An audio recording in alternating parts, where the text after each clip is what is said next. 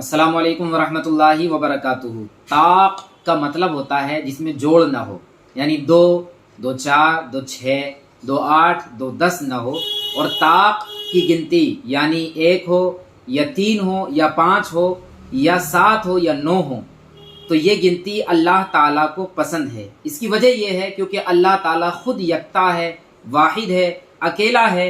3 की गिनती जो होती है ज़्यादातर इसी निस्बत से नमाज हो या इसके अलावा सजदा हो। आप देखते हैं 3 बार सुबहान रब्बियल अज़ीम पढ़ सकते हैं रुकू में, या फिर सजदे में 3 बार सुबहान रब्बियल आला पढ़ सकते हैं।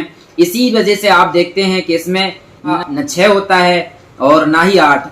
लेकिन अगर किसी ने ऐसा नहीं किया तब भी नमाज हो जाएगी। इसी तरीके से एक जगह नमाज जनाजा हम पढ़ रहे थे, तो नमाज जनाजा में लोग ऐलान कर रहे थे कि 7 सफ़े हों या 5 हों या 9 सफ़े हों। तो कुछ लोग इस चीज को कंपलसरी समझते हैं, जरूरी समझते हैं। जरूरी नहीं है। हाँ, इस निस्बत से ये बेहतर है जिस निस्बत से हम लोग रुकू में 3 बार सुबहान रब्बियल अज़ीम पढ़ते हैं, इसी तरीके से 3 बार सजदे में सुबहान रब्बियल आला पढ़ते हैं। अब कोई कहेगा भाई आप 3 बार पढ़ते हो, इसका क्या सबूत है?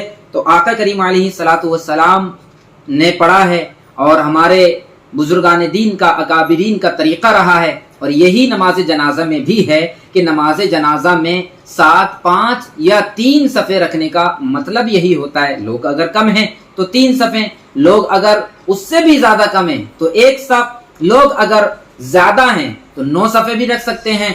एक जगह लोग सवाल करने लगे भाई ये ऐलान क्यों किया जा रहा है? तो ये लोगों का ऐलान पर एतराज करना भी गलत है और लोगों का के साथ ऐसा होना ही जरूरी है। अगर 9 सफ़े ना हो, 5 सफ़े ना हो या 7 सफ़े ना हो तो नमाज जनाजा नहीं होगी, ऐसा भी नहीं है। नमाज जनाजा हो जाएगी।